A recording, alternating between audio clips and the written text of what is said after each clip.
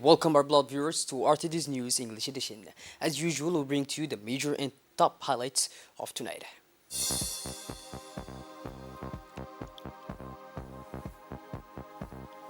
11,987 students subjected to the education algorithm.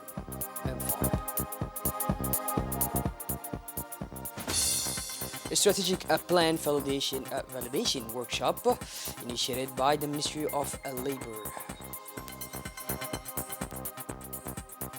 And on the international scene, Inter Milan qualified for the final of Champions League.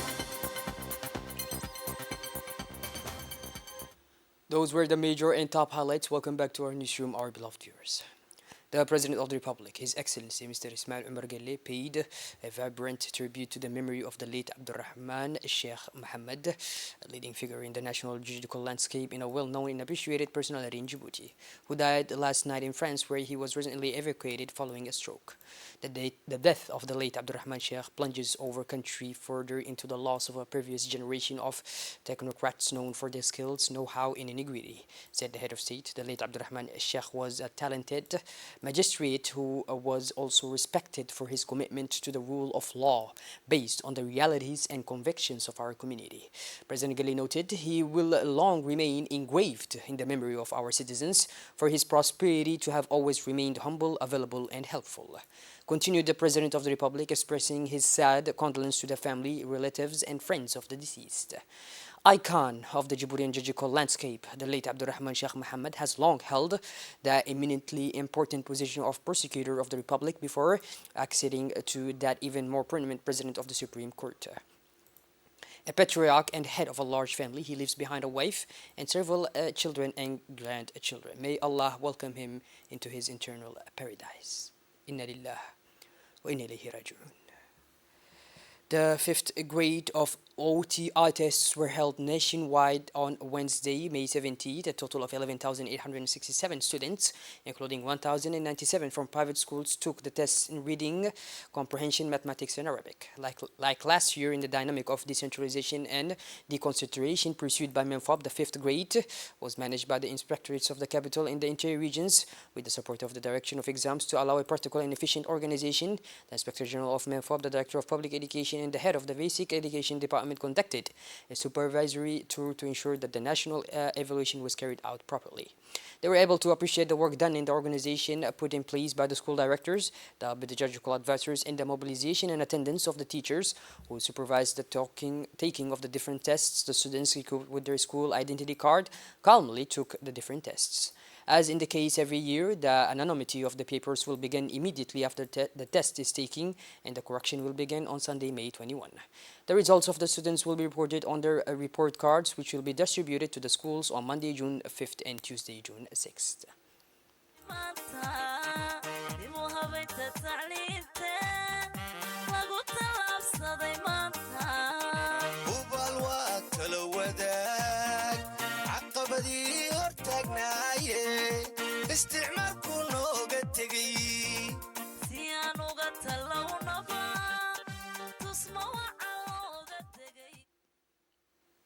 The National Confederation of Employers of Djibouti organized this morning at Kempinski Palace Hotel a workshop to validate the strategy plan of the National Confederation of Employers of Djibouti (CNED). This workshop was chaired by the Ministry of Labor himself, Mr. Omar Abdi Said. The objective of the validation workshop is to bring together the members of the NCA to deliberate and contribute to the development of the first strategic plan of the organization. The members of the NCED will review, refine, and validate the draft strategic plans through a participatory approach. The workshop was an opportunity to strengthen interaction, collaboration, and active discussion among members on the different sections of the draft strategic plan and to ensure ownership.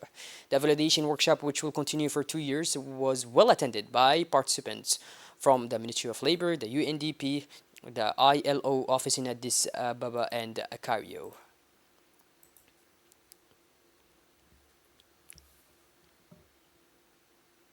The Minister of Labor, Mr. Omar Abdi Said, delivered a speech in which he emphasized the importance of this workshop, while emphasizing the leading role played by the private sector in the fight against unemployment. Today, the Minister of Information in charge of Posts and Telecommunications, Mr. Radwan Abdullahi Bahdon, made a statement on the World Telecommunication and Information Society Day, stressing the great efforts made by the government to promote the developments of the communication and information technology sector. In the second part of the statement made by the Ministry of Information in charge of posts within the framework of the International Day for Communication in the Information Society, he indicated that the Republic of Djibouti celebrates this day like the rest of the member states of the International Telecommunications Union. It is in a sporty and friendly atmosphere that the Secretary of State in charge of Sports, His Excellency Mr. Hassan Mohammed Kamil, accompanied by senior officials of the Federation of Djibouti, has congratulated and encouraged the young people of the training center of the Republican Guard, better known as Bari Football Club, which are once again qualified high hand at the World Pupils of Pullman 2023 to be held in France. Mr. Hassan Mohammed Kamil expressed some words of encouragement to them and especially urged them to have fun and take pleasure whatever the final result is. It is the look turned to a better future that our young girls have flown last night to bring the cup home. It is necessary to know that their previous participations were rich in experience and in emotions because they beat very big nations of the soccer. This year being their third participation, they say that they are determined to go even further and intend to raise the high colors of our dear country.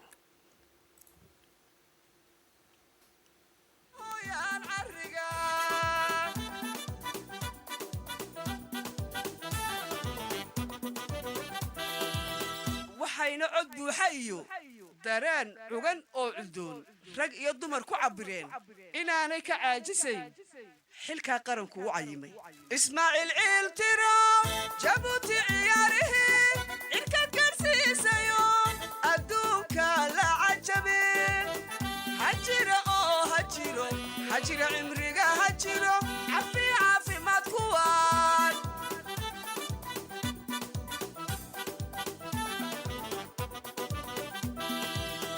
ismaaciil ciil tiro jabuuti ciyaarihii inka garsiisayo adduunka la cajabe hajira oo hajira cimriga hajiro caafimaad.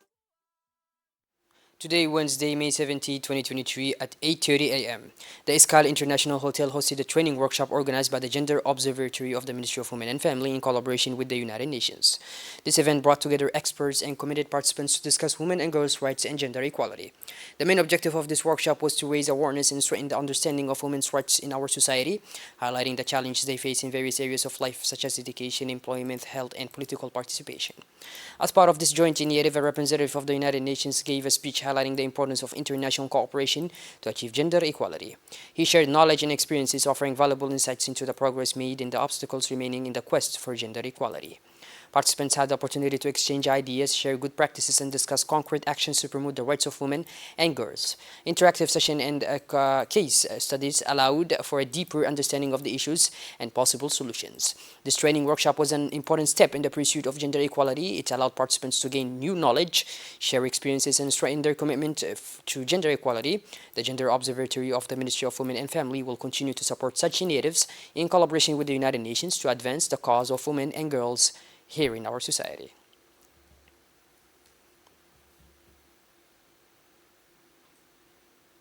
The Secretary General of the Ministry of Women and Family Affairs, Mrs. Anis Hassan Bahdon, also addressed the workshop, emphasizing the Ministry's continued commitment to the promotion of women's and girls' rights. She emphasized the importance of collaboration between governments, non-governmental organizations, the private sector, and individuals to achieve meaningful and sustainable change in society. The President of the Ports and Free Zones Authority, Mr. Obakar Umar Hadi, had the pleasure to receive the Special Envoy of the President of the Republic of South Sudan to Djibouti International Tower, Dr. Benjamin Abol Melchior, and the Ambassador of the Republic of South Sudan to the Republic of Djibouti in Ethiopia, Dr. James Pitia Morgan. The discussions focused on the importance of oil field equipment through the sea-to-air freight model. The Ministry of Petroleum of South Sudan has a 2.1 land in our ports where warehouses warehouses will be built to store all field spare parts and other equipment. His Excellency, the Special Envoy of the President of the Republic of South Sudan, showed a keen interest in the infrastructure and facilities offered by the Republic of Djibouti, especially its posts and free zones. The delegation received a presentation on the Demerjog liquid bulk port, observed the progress of the GD. They are also considering an alternative way to export crude oil from South Sudan through the road corridor and then shipping it through Djibouti's ports.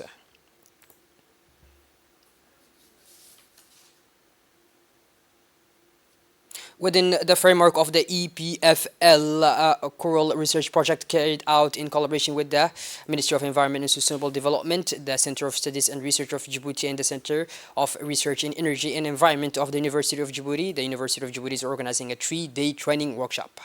This workshop will include one day of theory followed by 2 days of practice on Musha Island.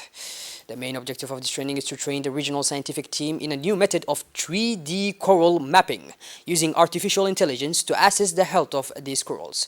This method will also allow the team to monitor the evolution of the marine ecosystem according to climate change. In addition, this training will prepare them for the scientific mission planned in November, during which will they study the coral reefs on the Seven Brothers. The importance of this training lies in the need to better understand and monitor corals, which are crucial and sensitive marine ecosystems. By using this new mapping method, the researchers will be able to obtain more accurate information on the health of corals, which will contribute to better management and conservation of these fragile ecosystems.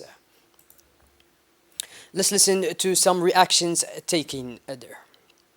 I'm here part of a workshop that we're hosting with the University of Djibouti and also the Ministry of Environment and the Centre of Research in Djibouti to train local collaborators and local regional partners from Yemen and Somaliland on a novel 3D mapping technique. The objective of this workshop is to foster a relationship between the University of Djibouti and other environmental agencies and research groups in Djibouti, but also with collaborators from Somaliland and researchers from Yemen, and yes, teach them this novel 3D mapping technique and foster the relationship so we can have future research collaborations exploring and protecting the important environmental ecosystem of the coral reefs in the Red Sea. The awareness in Ali Sibi was attended by the Prefect Musa Adam Megan, the President of the Regional Council Sharmanki Hassan Alale, the Regional Inspector of Education Ahmed Hamad Ibrahim, the military authorities, customs and parents of students. This bilingual entity aims to transmit to its students the best of the school culture and to prepare them for the present world by offering them a bilingual and multicultural education. The objective of this open day is none other than to show to the parents of the students and to the whole civil society the multicultural environment in which evolves the teaching learning within this bilingual and technological entity.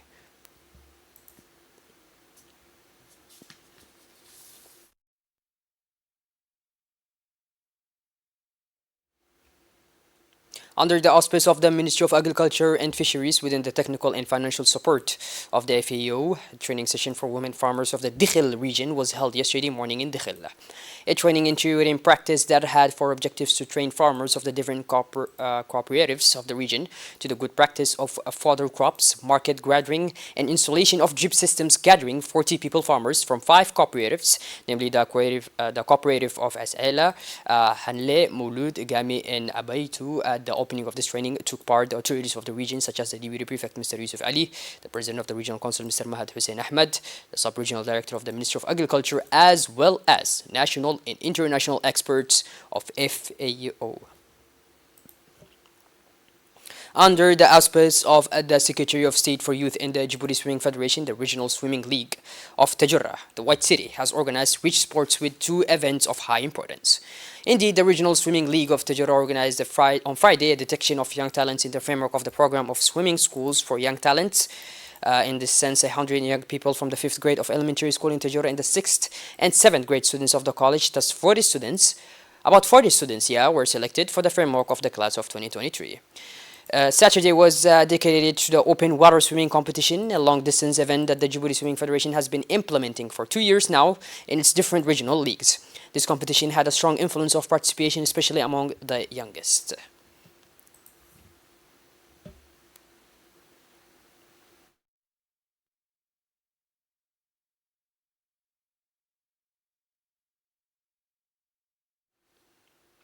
Shifting gears towards the international scene now, Inter Milan will live its sixth Champions League final. The Nerazzurri has dominated for a second time their neighbor AC Milan 1-0 thanks to the goal by Lautaro Martinez. It was necessary to wait for the second act at the 74th minute. A well-felt shift of Romelu Lukaku for his partner Martinez, and Inter will take control of the game.